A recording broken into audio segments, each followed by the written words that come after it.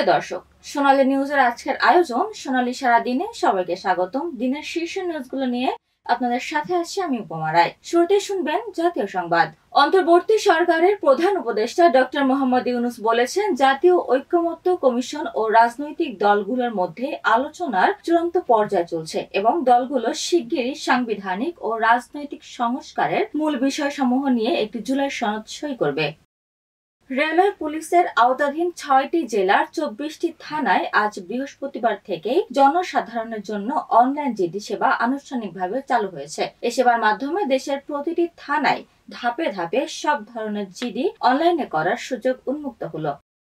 Supreme court প্রাঙ্গণে বৃহস্পতিবার অনুষ্ঠিত এক আলোচনা সভায় বিএনপির স্থায়ী কমিটির সদস্য পিআর বা সংখ্যানুপাতিক প্রতিনিধিত্ব ভিত্তিক ভোট ব্যবস্থা প্রয়োগ হলে দেশে শেখ হাসিনার মতো আরেকটি ফ্যাসিস্ট বা দুর্বল সরকার গঠিত হতে পারে। তিনি আশঙ্কা প্রকাশ করে বলেন, এমন হলে দেশ স্থায়ীভাবে অস্থিতিশীল হয়ে পড়বে।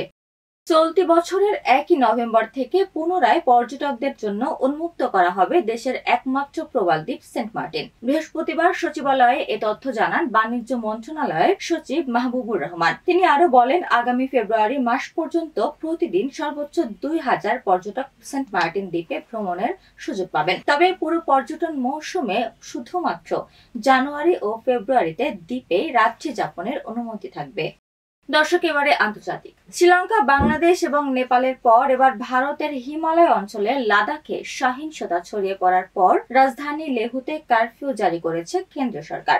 রাজ্যের মর্যাদা ফেরত চেয়ে আন্দোলনে নামলে বুধবার পুলিশের সঙ্গে সংঘর্ষে অন্তত ৪ জন নিহত হন, সংবাদ মাধ্যম বিবিসি এর তথ্য জানায়।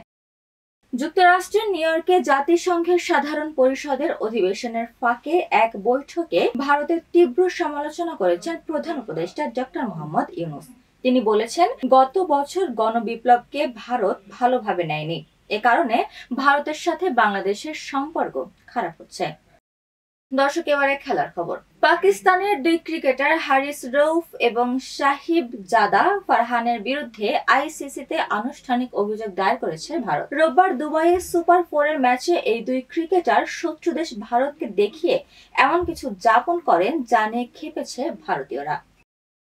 দর্শক, আজ এ পর্যন্তই। সোনালী নিউজের সাথে থাকার জন্য ধন্যবাদ।